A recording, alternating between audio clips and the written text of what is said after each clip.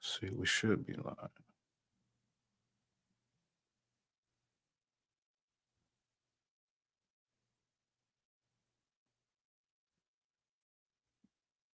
Let's see.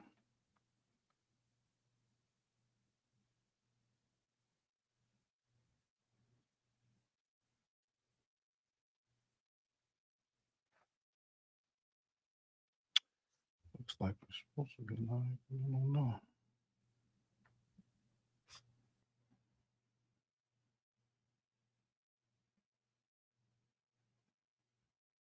View channel. Yes, we are live. We are definitely live.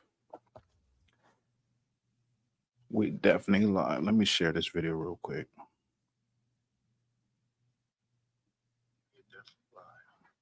Turn this down. Hey, what's good? I got it. Looked like I got at least one person up in here. What's good with you? Let me share this video.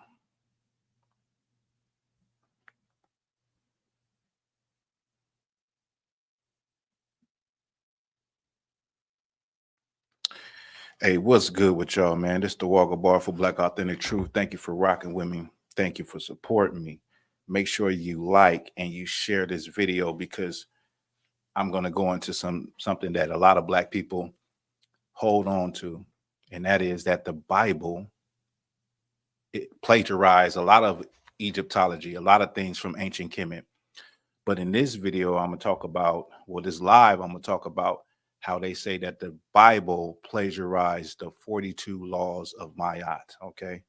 And there's some other things I want to talk about. There's one story that I want to talk about. And this story is about the white woman that was given like probation for stabbing to death her boyfriend, and just bring out some things on that. So I'm going to get right into it. Make sure you share. Make sure you comment. Say something. Say what's up. Let me check the comments real quick. Good evening, RJ. Hey, how you doing? How you doing, brother? That's what's up. So I'm gonna get into. I'm gonna talk about this story with this woman. I'm gonna actually read the article. That's what I'm gonna do. I was hoping some more people get up in here, but we're gonna get it in by the end. I'm sure a lot more people will be done got in. Okay. So this story right here, a woman gets probation for fatally stabbing for fatal stabbing during weed-induced psychosis. Yeah. So she got high, she flipped out, and I'm just going to read some of the story, okay? So it says a Thousand Oaks woman who faced the prospect of life in prison if convicted of the stabbing death of a man she was dating was sentenced Tuesday to 2 years probation and 100 hours of community service after arguing that she was on a cannabis induced psychosis during the killing. Okay. So basically, what happened was she I guess she got loaded, she hit the weed, and then she threw knives at this dude, and then she stabbed him multiple times and the dog. Okay. And the dog. I'm gonna read a little bit more. It says authorities responded to a Thousand Oaks apartment on May 27, 2018, and found that Bryn Spitzer, I believe that's how I'm pronouncing it right, 32 years old, had stabbed Chad O'Melia, 26, dozens of times, then turned the knife on herself and her dog. She was arrested on suspicion of murder, charged with that offense. Okay. But in an extraordinary turn of events last year, a prosecutor's medical expert agreed with a defense expert for Spitzer that the behavior was the result of cannabis-induced psychosis, which she suffered after taking hits from the victim's bong. Ain't that something? She got high and she flipped out and she committed, uh, basically it's murder, right? That's what they were trying to get her for, but she ended up getting um, 2 years probation, 100 hours of community service. Like, can you believe that? Now put that with Black people. Think about a Black person that um, does a crime and says, I was high when I was doing it. You think they're going to get that type of love? You think they're going to get probation? Hell nah, they ain't going to get that probation. 100 years of community service. Like, she should be under the jail, because in actuality, we would be under the jail. Black, brown, whatever, we would be under the jail. They don't want to hear about, you know, this is your first time hitting a bong. This is just your fifth time getting high and you flipped out. But those white tears is something else. They got a lot of power. You know, I'm pretty sure she was up in there crying and all that. Those white tears, and it put me into the mindset or remembering Botham Jean, the brother that was in his own apartment eating cereal, and the officer that lived in the same apartments walked into his apartment and ended up, you know, killing him. And you remember during the trial, she shed those tears, and the black bailiff, she came and caressed her here. The judge hugged her. A black woman, a judge hugged this white woman, because of those tears just made, you know, those tears. There's something about those tears that fall from a white woman's eyes. They're so powerful, you know. And this also shows you, this story right here, it not only shows you the favoritism, but it shows you the discrimination. It shows you that oppression still happens, because a lot of people say that black, brown people ain't oppressed. Now, when you talk about oppression, oppression is simply unfair treatment from a government or towards a people, a race of people. Unfair treatment is the key words in oppression. I think a lot of people start, when you say oppression, a lot of people, their mind automatically clicks and it goes to slavery. It goes to whips and chains for some reason, and say, oh, you're not oppressed. No, oppression is unfair treatment. So just right here, and we know when it comes to our people, we get sentenced more harshly for the same crimes that people of other races do the same thing. Like, we get sentenced harder on everything. But this just shows you that oppression still exists, where they have a certain level of compassion and understanding and sympathy and empathy for people who look like them, where you can unalive a person and stab them multiple times, stab a dog, and they will still give you probation, community service. Like, that's unheard of in the black community. You're not getting no damn community service for killing somebody. You're not. It's not going to happen. You know what I mean? You can have the best, you can have $1 million lawyer. It's not going to happen. You know what I mean? Not going to happen. That honester game 06 had to be a white lady to just get probation for a killing. Right.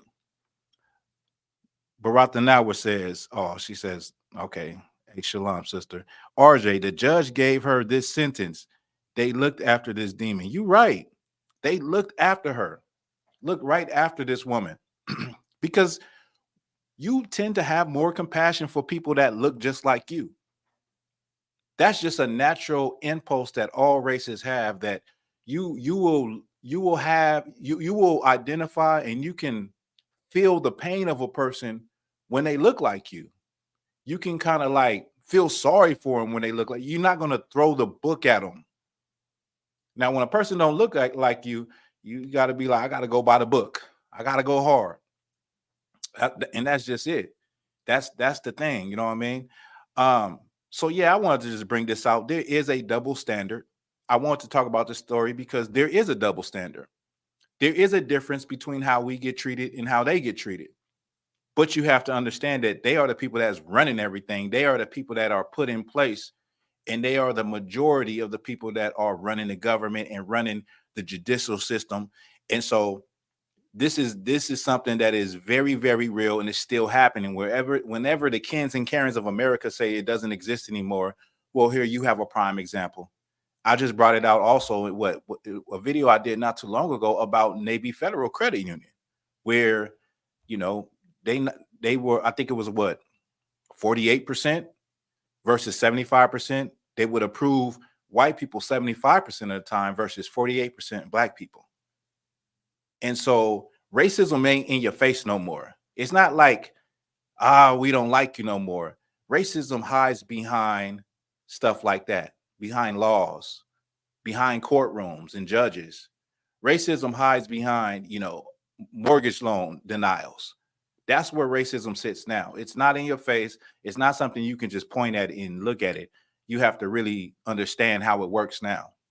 But yeah, this story is crazy, and I'm gonna move on to the reason why I even making this live. I haven't did a live in a long time. Shout out to everybody that's rocking with me. Shout out to y'all. Make sure you like and share this video so that we can boost that algorithm so that I can be seen more, because I got a lot of things to offer. I got a lot of stuff, jewels to drop, especially when it pertains to who we are as a people, our identity, why we get treated the way we get treated, historical things that happened with us, things far back in antiquity. I got a lot of information I can drop that I am going to drop regardless, but make sure you social support. It don't cost you nothing just to like and share for me. All right. So I'm gonna get to this story, which is the meat and potatoes of what I want to bring out in this live, is because we have such an affinity in the Black community for the ancient Egyptians. When you think about Black consciousness, the number one thing that we look towards is ancient Egypt. And we say that we were kings and we were queens and, we were royalty. And this is it. Like, we don't even look into West Africa, where we came from, as slaves. We go across West Africa and go to ancient Egypt. Now, through my understanding, my knowledge, my research, we were in ancient Egypt, but we were not who you thought we were. We were not the Egyptians. We were people that helped build ancient Egypt. And later on, we were people who became the slave hands in ancient Egypt. And one of the things that you hear a lot, especially in the conscious community, brothers that follow that, brothers that are in that train of philosophy, is that a lot of things have been copied from the Bible from ancient Egypt. And I'm gonna get into it. One of the main ones is, the Virgin Mary. Excuse me, the Virgin Mary with Horus, Isis and Horus, right? And it's very easy to refute that, because what they are actually seeing, or what they're comparing it to, is Christianity. Well, if you really do your research, you realize that the Virgin Mary has no real meaning in the Bible, but in Christianity it does. In Roman Catholicism it does. And so you see them a lot talk about the Black Madonna, the Black woman with the baby. That's really what is it, Isis and Horus or whatever. And this is also something that happened in ancient Babylon. You had Nimrod and Semiramis. So it don't start with the Bible, and it didn't start with Egypt. You had ancient Babylon that also did it. And really all it is the queen of I'll get to it. I'm gonna get to it. I don't want to get off. Let me get to what I wanted to talk about, is the 42 laws of Maat. They say that the Bible, or the 10 commandments, is basically a copy of the 42 laws of Maat. It plagiarized the 42 laws of Maat. And I'm going to get into it. I'm going to break it down, and I'm going to give you the real understanding of what these people are missing when they believe that. Okay, so I'm going to play. First, I'm going to go into some, let me go into some slides I got. So let's just get a breakdown. Let me drop this real quick. Let's get a breakdown. All right. And we're going to bring this up.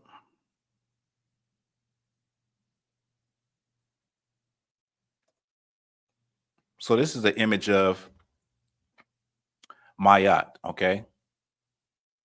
And I'm going to read it. Depictions of Maat as a goddess begin to appear as early as the middle of the Old Kingdom, 2680 to 2190 BC, and showed Maat as a woman sitting or standing and holding a scepter in one hand and the ankh in the other. In the Black community, we're very big on the ankh. You see a lot of brothers and sisters tattoo that, wear jewelry, all of that. The ankh is very big in the conscious community. An ostrich feather, her emblem, often decorated the goddess's head. Maat was responsible for balance between the gods and people, and between the two sexes. Maat also symbolized wisdom, truth, and justice. and Maat gods were considered to be judges or other important state officials, representing the laws of being, truth, and universal order. That was something interesting. I just noticed it says that Maat gods were considered to be judges and other important state officials. So a lot of times the noble people of ancient Egypt were considered god body, meaning they were considered, gods. And also Pharaoh was considered a god. He was considered, the number one god.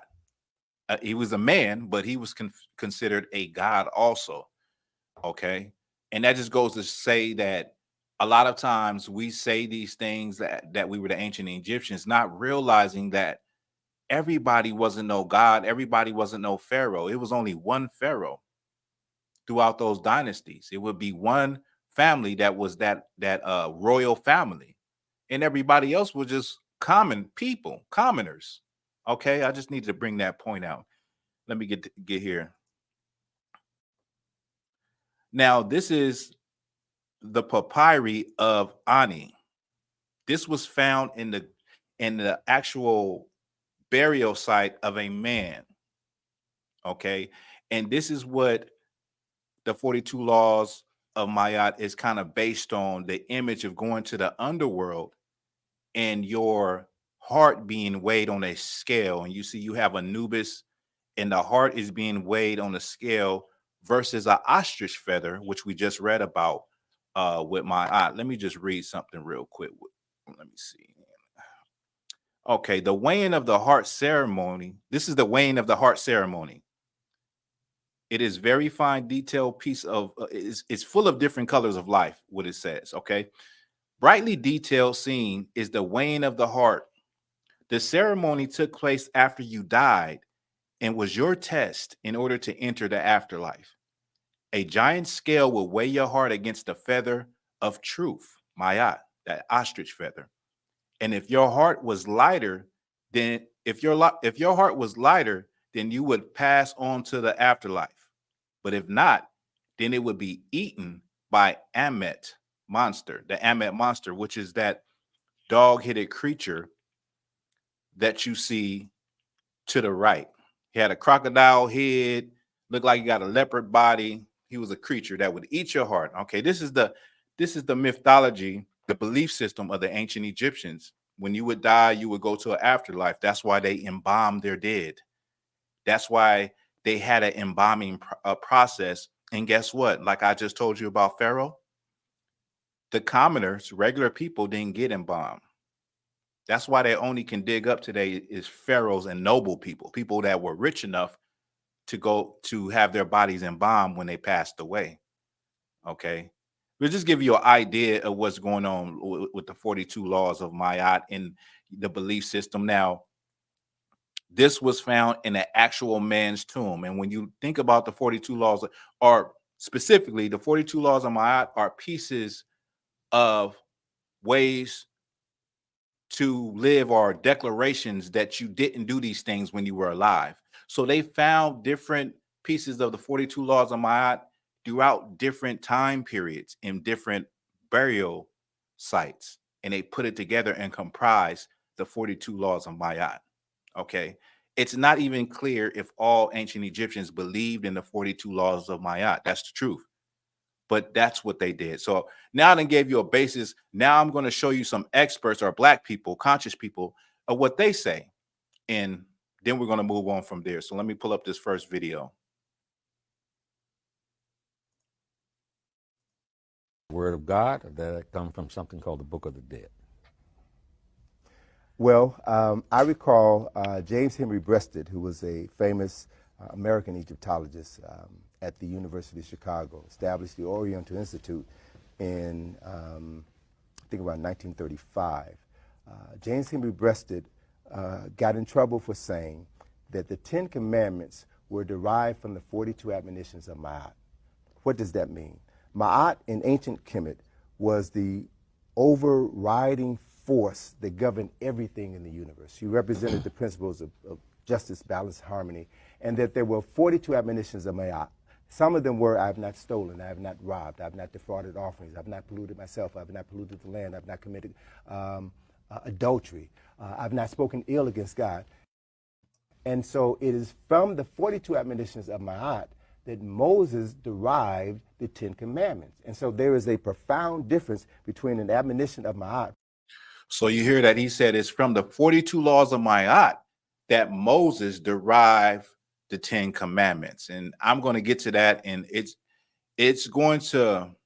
really just common sense. But if you don't know, you don't know. But I'm going to show you why this could never be true. Okay.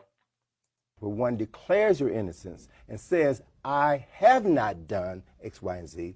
And a commandment where people without a profound understanding of Maat must be commanded not to do things that a person in their right mind would know not to do.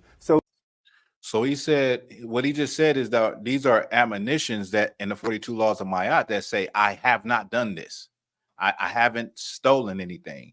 Verses in the Bible, it says, you shall not do these things.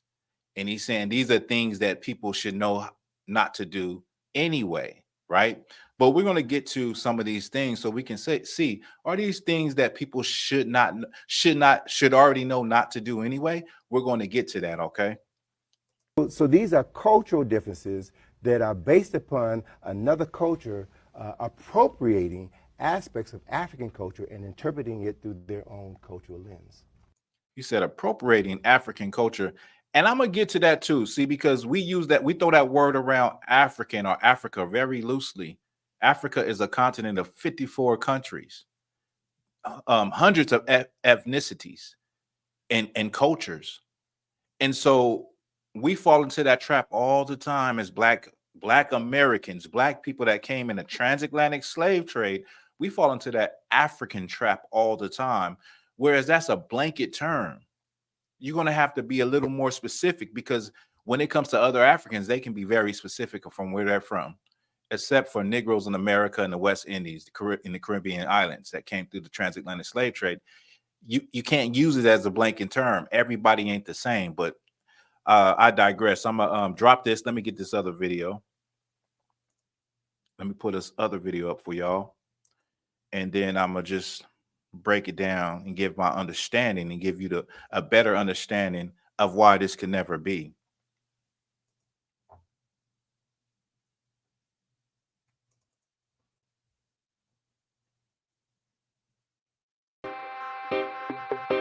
Yeah, greetings. In a couple clips back, I mentioned the Egyptian Book of the Dead, or what we would call the Coming Forth by Day. This is a book that shows you how the Egyptians live spiritually, politically, and just everyday life. These are the laws. They call it the 42 divine principles. These are the laws that govern Egypt long before Moses. As a matter of fact, the 10 Commandments was extrapolated from the 42 divine principles of Maat. He said the 10 Commandments was extrapolated from the 42 divine principles of Maat. He also said that the 42 laws of Maat predate the law of Moses by 2,000 years, which is true. Okay. Maat is that image that you see, that goddess that you see, kneeling with her two hands stretched out, and in the middle you see two scales. And on her head is a feather. That scale represents the balance of good and what is not good.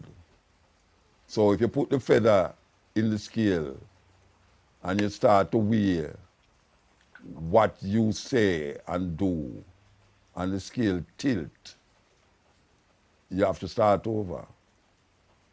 So the feather is what you weigh in your wrong and right from. Now we want to present to you the 42 divine principles of Maat. So he basically just said what the other brother had said, that it was the 10 Commandments was taken from the 42 laws of Maat, and then he gave a breakdown of the goddess Maat, which I read earlier. So I'm going to drop that, and then we're going to go into some of the 42 laws of Maat. Okay. Let me drop this. Let me drop this.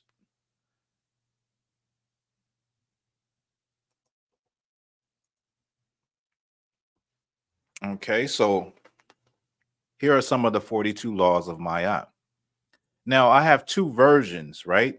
Now, they're saying the same thing. They're side by side. They say the same thing. And what you'll find is when you look up the 42 laws of Maat, they have a lot of versions, meaning they're saying the same thing, but they're reworded in a different way.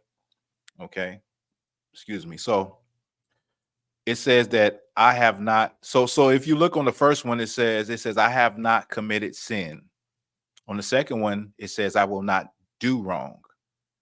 Okay. So I don't know if this has to do with how things have been transliterated or what is the issue, but I've seen this a lot. So I'll go with the second one because I can see it a little better. So I will go with the one on the right. Okay. It says, I will not do wrong. I will not steal. I will not act with violence. I will not kill. I will not be unjust. I will not cause pain. I will not waste food. Now that's a specific one. It says, I will not lie. I will not desecrate holy places. I will not speak evil. I will not abuse my sexuality. Let me see 11. What does 11 say on the other one? It says, see, 11 doesn't even say that on the other one. Okay. 12. I will not cause the shedding of tears. I will not sow seeds of regret. I will not be an aggressor. I will not act guileful. I will not lay waste the plowed land. I will not bear false witness. So I will not lay waste to plowed land. Sounds like if there's some land that's fertile, you won't let it be wasted, or you won't destroy it by doing something where it can't be used in a good way to grow crops. It says where I'm at 17. I will not bear false witness. I will not speak against any person. I will not be wrathful and angry. I will not lay with any man's wife. I will not lay with a woman's husband. I will not pollute myself. I will not cause terror. I will not pollute the earth. I will not speak in anger. I will not turn from words of truth. Well, you get the gist of it. I read the whole thing before, and I would inquire you to go and read the 42 laws of Maat. Okay. Go and read it and get an understanding. So yeah. Now they say that the Bible, the Ten Commandments, that's something that's very important. I'm putting emphasis on the Ten Commandments. They say that it is taken or extrapolated or it plagiarized the 42 laws of Maat. Here's the problem. And a lot of people that I rock with already know this. The problem is there are not just 10 commandments in the Bible. That's number one. Number two, there are more than 600 commandments in the Bible, 600 laws. So this is the thing. The brothers and sisters and the people that don't have a clear understanding of the Bible, what they are using to make this accusation or to say this is they're using Christianity, and their only foundation for this argument is the philosophy or the theology of Christianity, because Christianity professes the 10 commandments. Christianity, which is a religion that is loosely based on the Bible, professes these things. If you really actually just read the Bible with understanding instead of repeating what you heard from other people or parroting, like, like a parrot hears something and it will repeat it. Instead of saying things, hearing things, and having a feeling of, yeah, this is how it is, this is how I feel, instead of doing the actual research, you would know that it is quite impossible for the 42 laws to have turned into 600 very specific laws too. And so here's the thing, the 42 laws, when you really read it, I broke it down to about 3 or 4 main points, which is don't steal, don't lie, don't sleep with another man's wife. And it's another one that I came up with, like the biggest one, or fornicate, right? These are the biggest things I got out of the 42 laws of Maat, which is basically covered in the 10 commandments. But what about laws that say don't sleep with the same sex? What about laws that say, you know, in the Bible, there's laws that say don't sleep with a woman and her mother. Don't sleep with your auntie. You don't sleep with your mom. You don't sleep with your father. There's laws on what to eat and what not to eat. Don't eat pork. Don't eat bottom feeders, crab, lobster, and shrimp and catfish. There's laws to don't eat. What is it? What do you call them? Scavengers, like vultures and birds of prey. There's laws to eat clean food. So it's like, where are those laws at in the 42 laws of Maat? They don't exist. Now, the 42 laws of Maat have some things that are specific, like don't waste food. You know what I mean? Okay. But this is the thing. You can't claim that the 10 commandments, you probably have if it was only 10 commandments, you would probably have an argument. But it's not only 10 commandments. It is way more. And they're very specific. And so in conclusion, the 42 laws of Maat is like this. Let me tell you like this. If you was to go to a people in the bush, find a people that are uncivilized. Hell, go find Geico, go find a caveman. You find a people that are uncivilized, living on an island, have never been around the civilization, don't know what a phone is, don't know what an airplane is, don't know nothing. Those people would still have some of these basic laws that you see in the 42 laws of Maat. Don't steal from me. Don't try to take my woman. Don't lie. Like, these are basic laws that even a primitive people would have. So for them to say that the Bible plagiarized the 42 laws of Maat, that's a stretch. That's a stretch, that's a big stretch to say that. And it comes from misinformation. It comes from parroting, and it comes from not doing your due diligence in research and understanding. That's what that comes from. Because if you could get past the religion of Christianity and stop parroting and listening to what people say that are Christians, you could actually look into the scriptures and see that it is more than 600 laws, very specific laws. Now, they don't have laws against same sex, against LGBTQ in the 42 laws of Maat, but they got them in the Bible, though. In fact, the Egyptian god Geb is known to, I don't know if I could find a picture, but this is a god that is swallowing his own stuff. Then you have the gods that are in a same-sex union, Egyptian gods. So of course they're not going to have laws against that, because that was going on. Their god, they have actual pictures on the hieroglyphics of the gods. But that's not really the point. The point is that from a biblical perspective, from a scholarly biblical perspective, there is no comparison. Now, it is very popular to say, it's very easy to say, and there are some similarities, but in conclusion, the Bible could not have plagiarized the 42 laws of Maat, because it's more. And in the history of the 42 laws of Maat, these are manuscripts that are found in different tombs that were put together. It can't even be proved that ancient Egyptians followed it all the way throughout the different dynasties. So that is my take on that whole thing. My conclusion is no, not at all. The Bible did not plagiarize the 42 laws of Maat. And you just got to do your due diligence and research. So let me know what y'all think about this video. Give me your thoughts and your opinions. And Listen, man, thank you for rocking with me. Let me look at the comments real quick. Let me look at the comments. Let me look at the.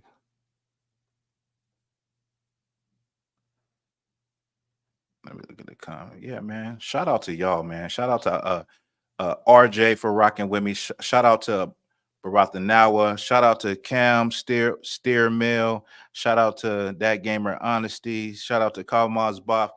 Listen, this is Black Authentic Truth. I'm Thawahgabar, man, putting it in. I'm gonna try to start going live more. I know I don't never go live, y'all. I know, but I'm gonna try to go live and come with topics like this, thought-provoking topics that make us look a little further than how we feel. Because I think a lot of times in our community, we're moving off of how we feel about a thing instead of actually doing some research and doing our due diligence and really searching out a thing. We live in a time where it's information everywhere, and it's really no excuse for us to be ignorant or sit on the foundation of what another man or woman told us.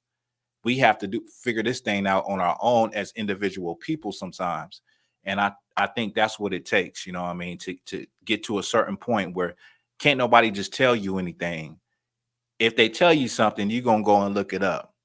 And I'm the type of person that if I tell a person on the street something that I know is the truth, even though I know it's the truth, I'm gonna tell them, I'm like, don't take my word for it. Don't take my word for it. Go and search it out on your own and then come back to me. Let me know if I was wrong or right. You know what I mean? But shout out to y'all. You know what I mean? I'm going to try to go live. Maybe I can make this a thing where I go live on Sundays, because this is a day that I have off. This is the day when I'm free. So maybe I can do that. But yeah, I'm up out of here, man. Hey, shalom to y'all. Peace to y'all. You know what I mean? I know a lot of y'all are probably watching football right now. But yeah, I'm up out of here. Peace.